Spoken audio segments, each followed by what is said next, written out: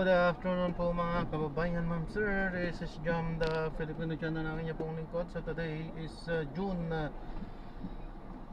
11, 2026 at tayo ngayon ay pupunta dyan sa may Usave, sa may San Pascual, JP Rizal Street, San Pascual, Obando, Bulacan.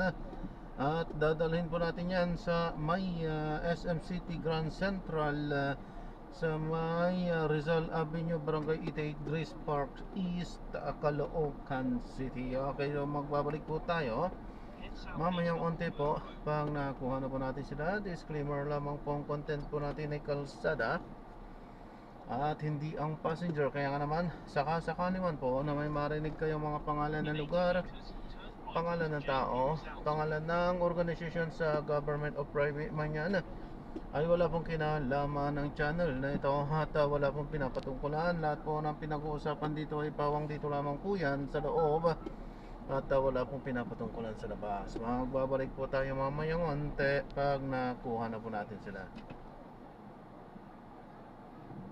Galing ah.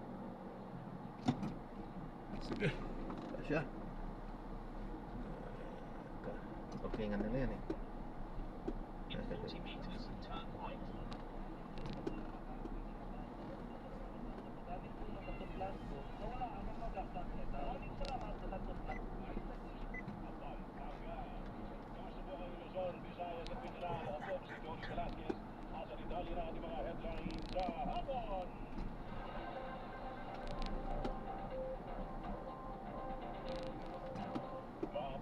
Sa gilid na ng kalsada, naghihingi ng tulong ang mga residente ng Clan Serengeti. 3 araw matapos ang magnitude 7.8 cyclone na tumahalo. Walang dalaang karatulong may nakasulat na "We need help". Matagal nag-aabang sa kalsada ang mga residente, kabilang ang mga bata at matatanda. Ang kanilang panawagan, pagkain at tubig, dahil ilang araw na umano silang walang makain. Inaanamahan din ang kalusugan ng mga residente na sumasakit na ang tiyan matapos mapilitang kumuha ng tubig sa poso. Sa panayam sa DCMM, sinabi ni Clan Mayor Victor Yap Sr. na 10 barangay pa ang isolated dahil sa mga napinsalang kalsada. Nagpanik-buying na rin ang ilang residente kaya naubos na ang ilang pangunahing piliin gaya ng bigas. Sa tala ng lokal na pamahalaan, 20,000 Hello, good afternoon po ma'am. sa pagkamatay ng 2 manlalaro ng Ateneo Men's Basketball Team. Sa press briefing, ibinigit ng Palace Press Officer Claire Castro na hiniling ng Pangulo ang mabilis na aksyon at investigasyon sa pagkamatay ni Rene Materconia at Divine Abili para malaman ang katotohanan sa insidente. Sa Senado, naghain naman ang resolusyon si Senator Bam Aquino para imbestigahan ang pagkamatay ni Materconia at Abili. Layon din ang investigasyon at pagtibayin ang safety measures o kaligtasan ng mga estudyante at tiyakin ang pananagutan ng mga opisyal na bahagi ng off-campus activities at sports programs.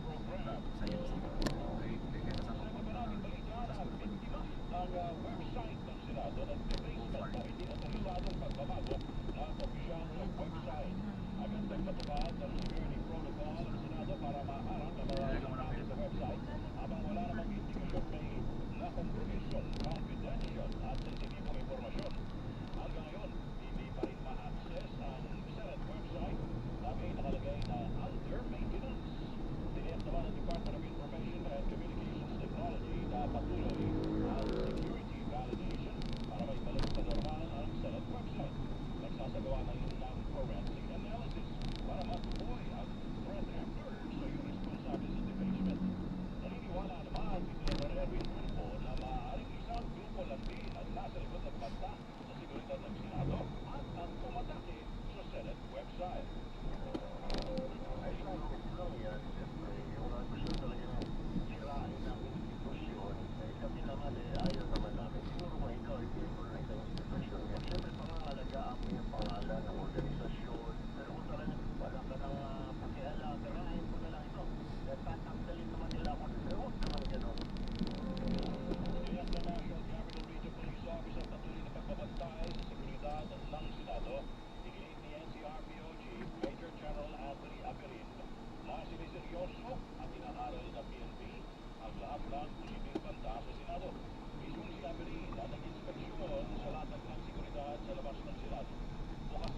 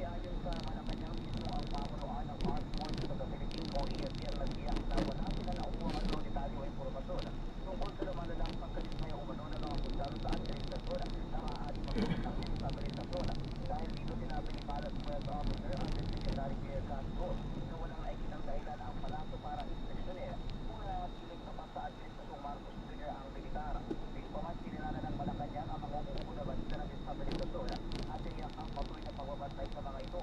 Tiniyak din ni Castro na nananatiling aktibo ang mga miyembro ng AFP at lahat sila ay nagkakaisa at profesional at hindi nangangailangan ng anumang loyalty check. Iginiit ng Malacanang na alam ng mga sundalo ang kanilang sa mandato at yung ipinasama niya na naayos na konstitusyon.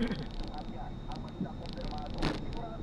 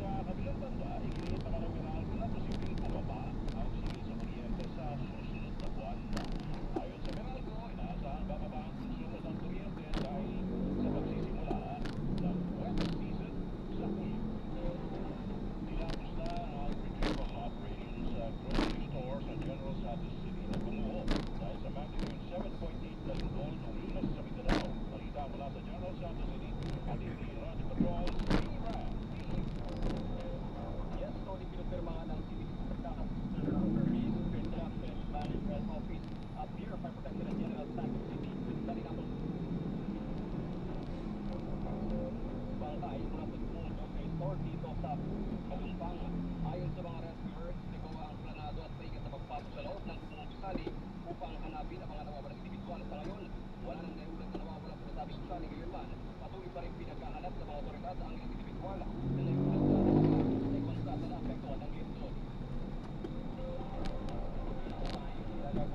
Dalawa ang natitirang easy and then patuloy pa rin ang paghahanap sa mga invisible pa. Sa buong General Santos City, aabot sa 73 gusali ang naapektuhan ng lindol habang may ilang gusali rin ang hindi pa pwedeng puntahan sa ngayon. Sa kala ng lokal na pangungulensya na sa 17 ang nasang pagpili at halos 2,000 pamilya ang naapektuhan ng natapos na lindol. Pinagpilitan kumpirmado sigurado mula rito sa General Santos City. Radyo Patrol, DCMM. Maraming salamat, Speed Rise. Balik ko kayo sa Lunes sa General Santos International Airport. Ang balita mo na lahat, matindi Radyo Patrol, John Garner. Sulit mula sa Julio ang DCM ang pamaling operasyon ng mga commercial flights sa General Santos International Airport. ICT believes the Authority of the Philippines spokesperson Erica Polonio pusposa na ang pagsasaayos sa mga nakilang bahagi ng paliparan. Tinatayang umabot na sa 150 million pesos ang halaga ng instalang sinulot ng lindol sa nasabing paliparan. Sa kabila ito, sinabi ni Apolonio na wala naman nakitang structural damage sa paliparan maliban sa ilang bahagi ng passenger terminal building dahil sa mga bumagsak na isabi at glass walls.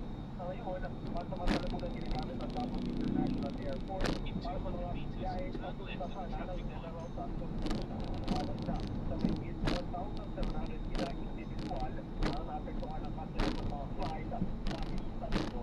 At yun ang balitang programado, sigurado dito ang Radyo Patrol, John Garner, FM. Maraming salamat, John Garner. In 100 meters, turn left to traffic light. General Santos City at Sarangani at ilang senador mula sa majority bloc. Balita mula sa Senado, matindi Radyo Patrol, Robert Mano, William Lord. Nagpaabot na rin ang tulong ng Senate Majority Bloc sa Mindanao. Kasama niya ang Senate President at Senate President Secretary Gatchalian, sila Majority Leader Senator Juan Miguel Zubiri, Finance Committee Chairman J.B. Herpito, at Blue Ribbon Committee Chairman Erwin Tulfo. Iginiit ni Senator Gatchalian na lado o layon nilang maihatid ang tulong sa mga apektadong lugar at alamin ang pangangailangan pa ng ating mga kababayan. Nagpaabot ang grupo ni Gatchalian ng 2.5 billion pesos nakasatitas at mga sako ng bigas sa mga apektadong pamilya sa General Santos City at Sarangani, partikular sa mga bayan ng Alabel, Glan, Tiamba, Maasim, Maitum, Malapatan at Malungon. At yan ang balitang kumpirmado. Sigurado, ito ang Radyo Patrol, Robert Mano, DCFM. Maraming salamat, Robert Mano. Patuloy rin ang pagtulong naman ng Kamara sa mga biktima ng magnitude 7.8 na lindol sa Mindanao. Balita mula sa Kamara, katindi Radyo Patrol, Pamela Vasquez, Ma'am. Sa press conference, piniliit ng House Prosecutor Shell Johnson na patuloy ang mga mapapatas sa kanilang position at relief effort para sa mga lubog na lapinsala ng lindol. Kanya rin kinumpirma na siya ngayon ay nasa 130 siya sa kongresista na ang nanakong tutulong sa mga apektadong pamilya at komunidad. Natunayan na paliko na sila ng 9.29 million pesos na halaga ng pagtulong sa Mindanao. Maliwanag na mga prosecutor kahit ng ng Kamara ang constitutional treaty sa impeachment habang sumusugot sa mga kailangan ng taong bayan para sa negotismo na inuuna umanong sa mga alagaw niya pagtulong inaharap ng bansa. Niyupa niya ang pagtulong bilang humanitarian duty habang pumulong ang impeachment ay tungkulin na sa ilalim ng konstitusyon at nagkakag at pinasunin. Yan ang balitang kumpirmado. Sigurado, ito ang Radyo Patrol, Pamela Vasquez, DCMM. Maraming salamat, Pamela Vasquez.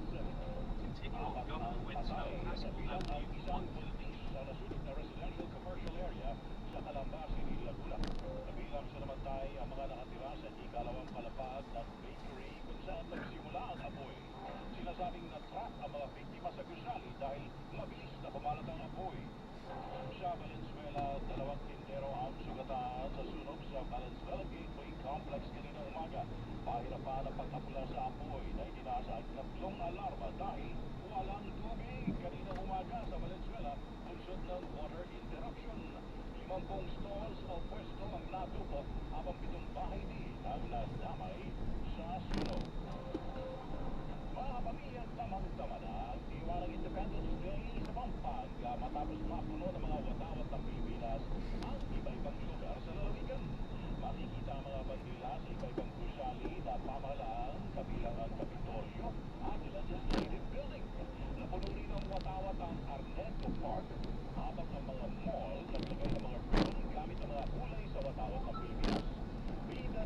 lungsod ng San Fernando ang mga parol na may temang Independence Day na mga kilalang local parol makers ng Pampanga. At yan ang headline sa hapon hanggang bukas sa Obrok. Si Tony Velasquez ang inyong kapamilya.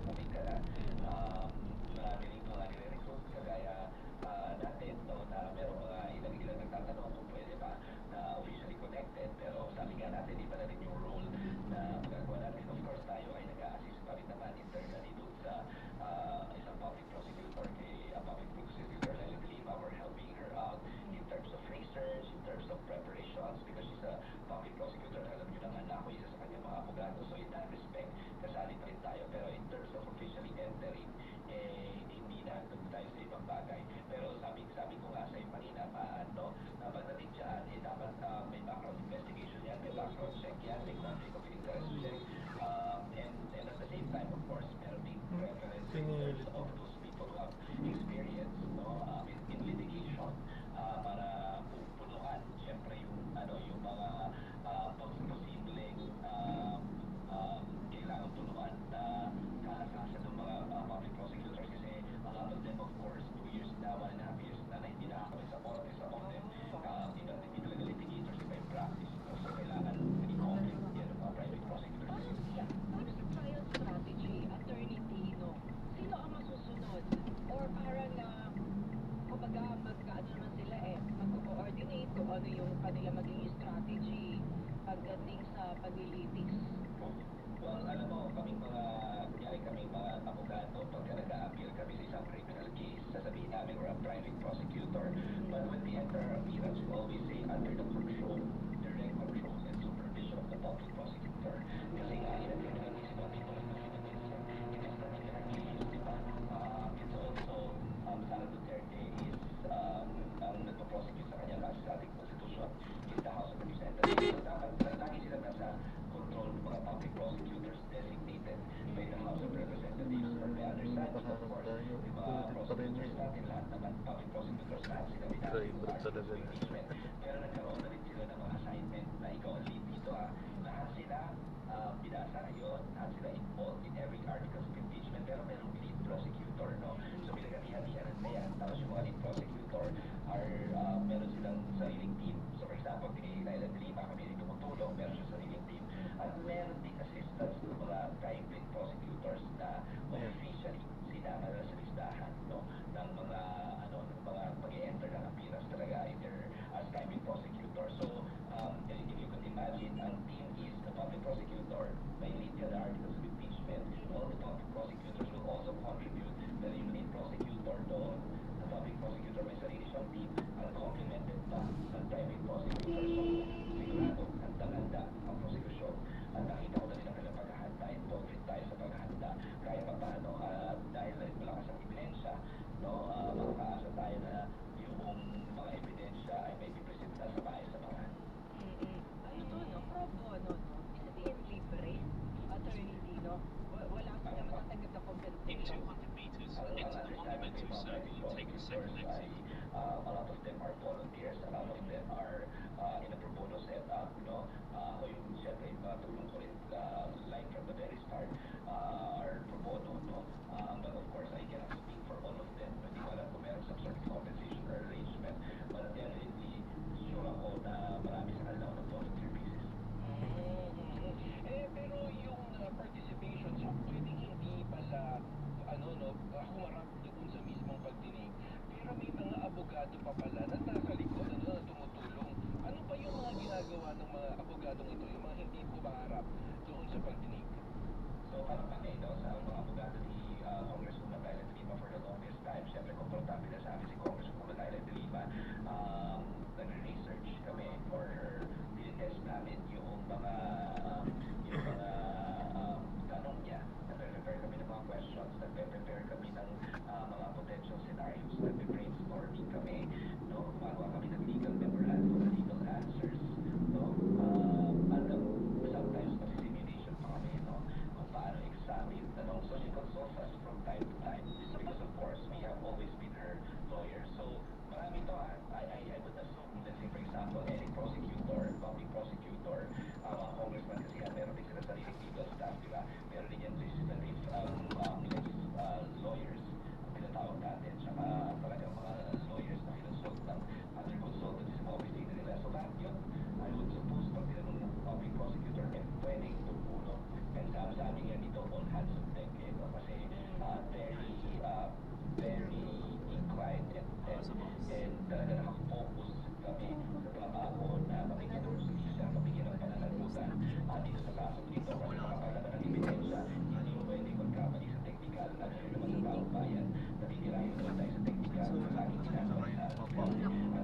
front lang. Ay, sa Sa front, yes. Wala man nang bawal ka ng dumaan dyan. Saan po yung sa kanan galing sa umayo? Doon, ay, di ba pagpasok ka ng Victoria Mall sa side, merong malapit parking. lawyers, Doon lang. Parang marami sa terminal bus. No, organized or mas tatalang wala na yung, doon. Di ba yun? Dito yung sector ng prosecution. sa kabilang side.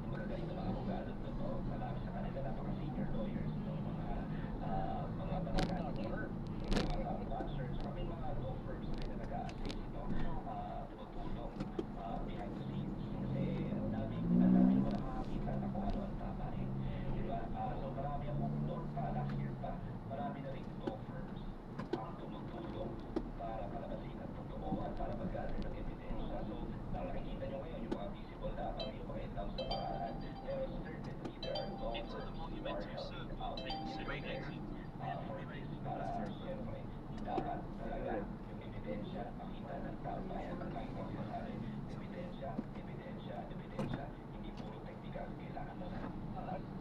At least doon sa binanggit kanina ni Atty. Liputan, sabi niya kung kaya nating magpakulong ng isang guro na nagnakaw ng 5,000 pesos at nakatulan ng 11 years, bakit hindi natin mapatalsik kung may ebidensya naman? In 50 meters, exit the roundabout, then in Mali yung ano niya. Yung ano ng pondo ng gobyerno.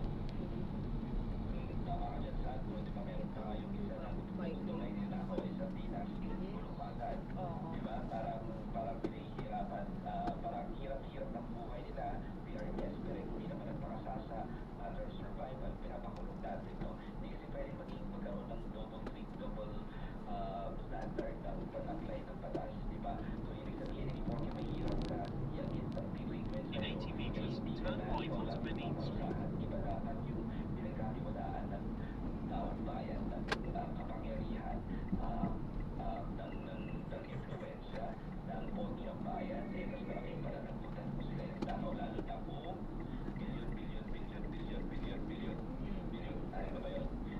80 meters,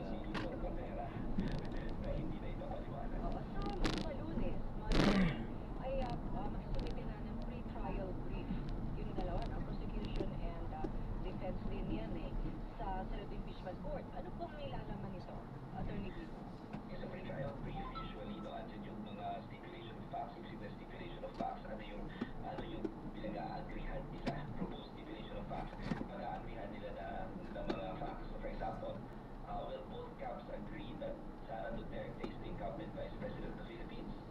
Kaya nga impeachment, di ba? So yan, stipulation of facts yan, that she was a former Department of Education Secretary. Stipulated yan. Pag sinabi stipulated, they both agree. And then, yung mga hindi sila mag-agree na tingin nila kailangan, yung tinatawag natin determination of issues. Ano ang issue dito? Impeachable ba? Ay, nagdakaw ba? Or nagkaroon ba ng violation ng Crimes and Corrupt Practices Act? Number 1. Number 2, nagkaroon ba ng violation ng influence ba? Considered impeachable yung mga issues to be determined. So, isasabit rin yan, proposed issues for determination. At pangatlo, ilalagay doon yung ano yung mga in-offer na ebidensya, testimonies, at mga witnesses ng bawat klase. At pang-apat, i-identify yung possible trial dates. So, ibig sabihin, yung pre-trial brief, magiging guide at magkakaroon ng hearing dito para maisa-ayos yung buong trial at yung pre-trial order, yun ay magiging binding unless there is a compelling reason to Pero, ingat po, basis po. Oh, wait lang. Ano nakalimutan? Sige po. Ayan, sa nag-drop na natin sila. Salamat po sa panonood. Hanggang sa muli po. Ingat at God bless. Paalam po muna. Pansamantala tayo ay gagawa ng ibang video. Sa ating susunod na misyon, paalam po muna. Pansamantala, this is Jam, the Filipino channel. Ang inyong pong lingkod. Paalam po. Nandun sila sa harapan. Sa susunod na mission natin.